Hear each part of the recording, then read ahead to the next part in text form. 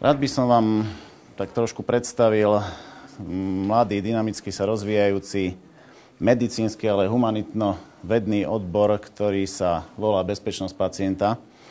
Nakoľko mám stále pocit, že táto záležitosť ešte nie je dostatočne v povedomí, hoci v zahraničí sa o nej dosť diskutuje. Moje skúsenosti hovoria, že klinici pristupujú k bezpečnosti pacienta, k nežiaducim udalostiam, medicínskym omylom trošku s takým dešpektom a snažia sa to bagatelizovať. A ja by som rád teraz vniesol trošku svetla do tejto problematiky, aby som nejakým spôsobom dokázal, že táto problematika je skutočne dôležitá. Začal by som dvoma príkladmi. Emily Jerry bola 1,5-ročné dievčatko, ktoré v tomto veku, ktorému narastol v sakrálnej oblasti tumor veľkosti grepu. Zahájila sa chemoterapia, po niekoľkých cykloch dosiahla kompletnú remisiu. V deň svojich druhých narodenín zahajovala posledný cyklus tejto chemoterapie. Na tretí deň tohto cyklu sa po obednejšom spánku zobudila zmetená, s kríkom maminka, bolí ma hlavička. V zápäti začala profúzne zvracať, upadla do kómy. Napriek úsiliu nepodarilo sa ju priviesť späť k životu, zomrela na druhý deň. Príčina, roztok, v ktorom dostávala chemoterapiu, nemal 0,9% NaCl, ale 23,4%. Lisa Norrisová mala 15 rokov, keď ochorela na pinealoblastóm. Súčasťou liečby tohto ochorenia je kraniospinálne ožiarenie. Mala plánovaných 20 frakcií ožarovacích po 1,75 greja do dávky 35 grejov. Namiesto toho po 19 frakciách sa zistilo, že dostáva na frakciu 2,92 greja a celková absorbovaná dávka bola 55,5 greja. S ťažkým poškodením mozgu prežívala 21 mesiacov, zomrela v októbri 2006 ako 16-ročná. Aj tieto dva príklady dokazujú to, čo si my zdravotníci pomerne ťažko priznávame, ale to je to, že zdravotná starostlivosť je jedna z najnebezpečnejších spoločenských činností. Je trochu paradox, že tie činnosti, ktorých sa ľudia najviac obávajú, ako lietanie alebo nukleárna energetika, patria medzi tie najbezpečnejšie, ale bez akýchkoľvek problémov sa zveria do starostlivosti odvetvia, ktoré má na svedomí tisícky životov ročne. Tieto údaje nie sú vôbec nové. Už pred 10 rokmi Americký zdravotnícky inštitút publikoval tieto alarmujúce údaje. Výskumy ale na tomto poli prebiehajú už od začiatku 80. rokov.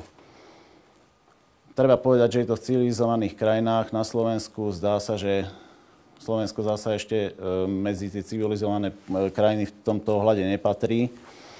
Ale môžem s radosťou teda povedať, že už tento rok začneme postupne zisťovať incidenciu nežiaducich udalostí v našich nemocniciach. Od začiatku storočia, teda po publikácii, ktorú som spomínal, začali vznikať alebo zintenzívnili svoju činnosť na národnej alebo globálnej úrovni mnohé štátne alebo privátne organizácie a think tanky zamerané na bezpečnosť pacienta, o čom svedčí aj veľké množstvo publikácií. Podstatné je, že týmto sa tento problém dostal viacej do povedomia. Mali by sme si teda zadefinovať, čo to bezpečnosť pacienta je. Ako súčasť rozsiahlej problematiky kvality zdravotnej starostlivosti sa bezpečnosť pacienta zaoberá prevenciou nežiaducich udalostí a zamedzením, respektíve zmiernením ich dôsledkov vyplývajúcich z procesu zdravotnej starostlivosti. Nie je to záležitosť len jednotlivca alebo zariadenia alebo oddelenia, ale vyplýva zo vzájomnej interakcie jednotlivých zložiek systému. Táto veta v sebe skrýva hlbší zmysel a ten verbalizoval profesor Lucian Leape z Harvardu, ktorý povedal, že nekompetentní ľudia predstavujú iba 1% problému. Zvyšných 99% chýb spôsobujú ľudia, ktorí sa snažia poctivo vykonávať svoju prácu, ale systém ich núti robiť chyby.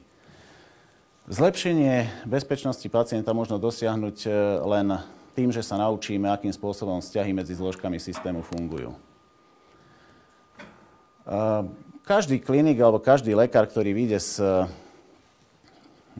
lekárskej fakulty, v podstate vo svojej praxi považuje bezpečnosť pacienta za takú inherentnú súčasť a hlavnú zodpovednosť, ktorú je dlžný svojmu pacientovi.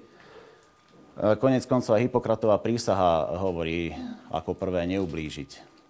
Vlastne ani nie je nič nejako viditeľné, okrem toho, že sa teda tými chybami viacej zaoberáme navonok. Nič špeciálne sa nedeje. Prečo je teda odrazu taký veľký záujem o bezpečnosť pacienta? Veľmi elegantným spôsobom sa dá parafrázovať tento výrok Jima Carvilla, to bol politický poradca Billa Clintona ešte v 92. roku. V centrále prezidentskej kampane mal tieto body na stene napísané, takže odpoveď na tú otázku, prečo sa tomu venuje taká pozornosť, je, že je to proste ekonomika blázni.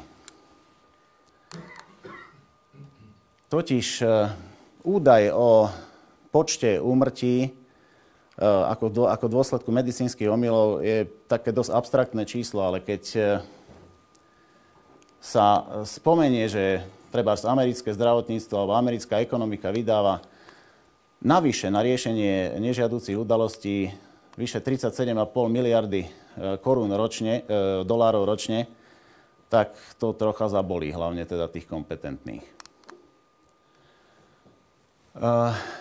Ako vidíte, sú tu dva také pojmy, nežiaduce udalosti, medicínske chyby. Je medzi nimi rozdiel, aj keď myslím si, že mnohí ich dosť zamieňajú. Nežiaduca udalosť je neočakávané neúmyselné poškodenie alebo komplikácia. Je vyvolaná skôr zdravotnou starostlivosťou ako priebehom choroby.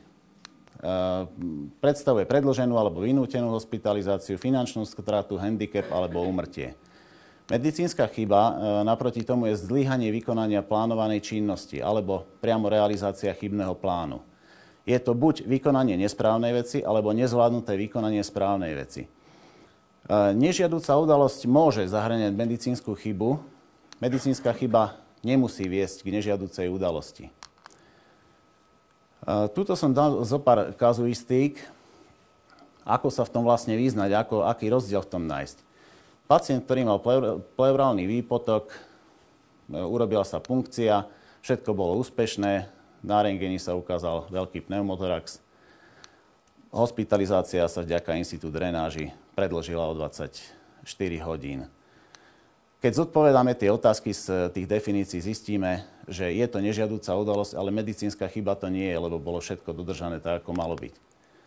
Naproti tomu, v tejto kazuistike, keď pacient požadoval tabletky na spanie, dostal Zopiklon, následkom ktorého bol dezorientovaný a musel byť hospitalizovaný. Tam mu ešte službu konajúci lekár predpísal Temazepam, v dôsledku čoho spadol, zlomil si predlaktie.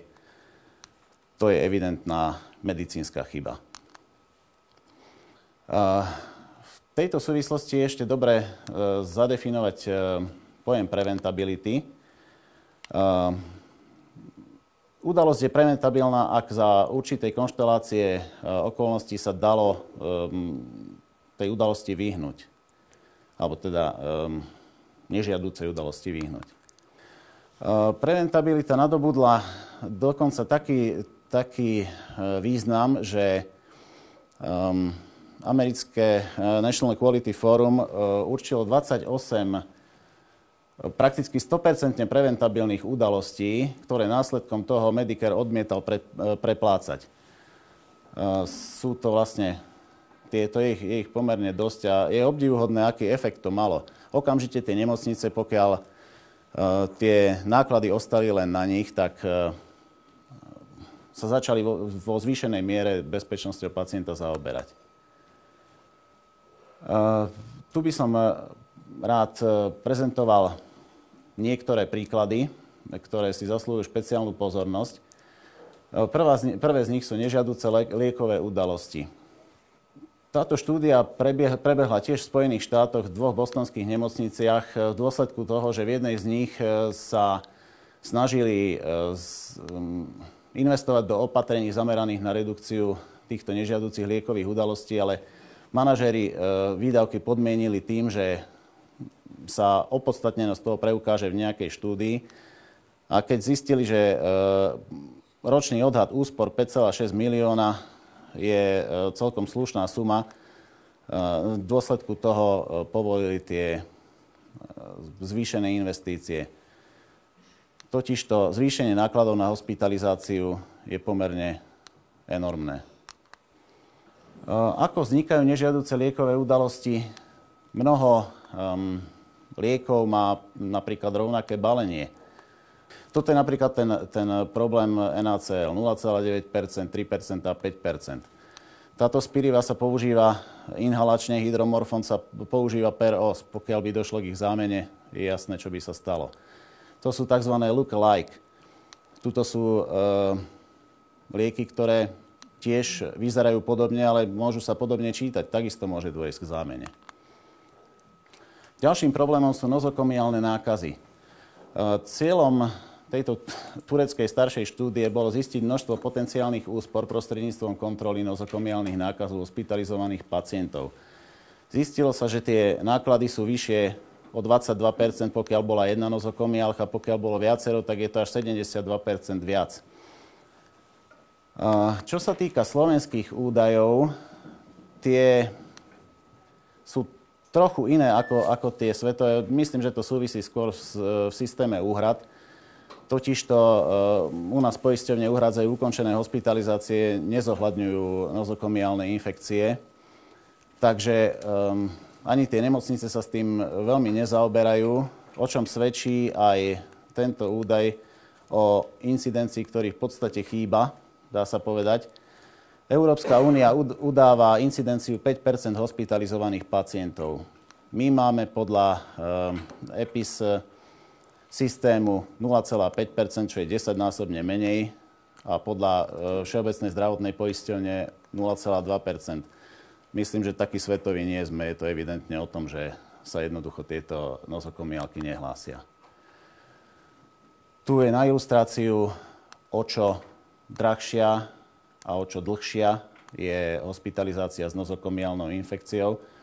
Treba povedať, že až 75% z nich je preventabilných a nie sú potrebné nejaké veľké opatrenia. Tretím prípadom sú pády na oddelení. Takisto nie je príliš nutné zdôrazňovať, že pokiaľ je dôsledkom pádu zlomenina alebo tržné rany vyžadujúce šitie alebo strata vedomia, čokoľvek, tak tie náklady na hospitalizáciu sa navyšujú.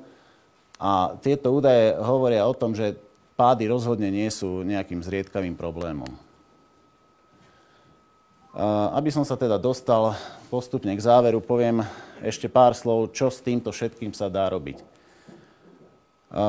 Prvou metódou, ako redukovať nežiaduce udalosti a medicínske chyby, je koncept spoľahlivosti, respektíve časový faktor. Každý z nás vie, že čím dlhšie je pacient v našej starostlivosti, tým väčšiu šancu má, že dôjde k nejakej nežiaducej udalosti. Pokiaľ si trúfame byť až takýto spoľahlivý, tak ten proces zdravotnej starostlivosti, ktorý poskytujeme, môže mať hoci aj 100 krokov. Tá spoľahlivosť je veľmi dobrá. Ale pokiaľ si tým nemôžeme byť istí, tak tá spoľahlivosť alebo pravdepodobnosť, že sa nám celá tá zdravotná starostlivosť podarí bez chyby, výrazne klesá.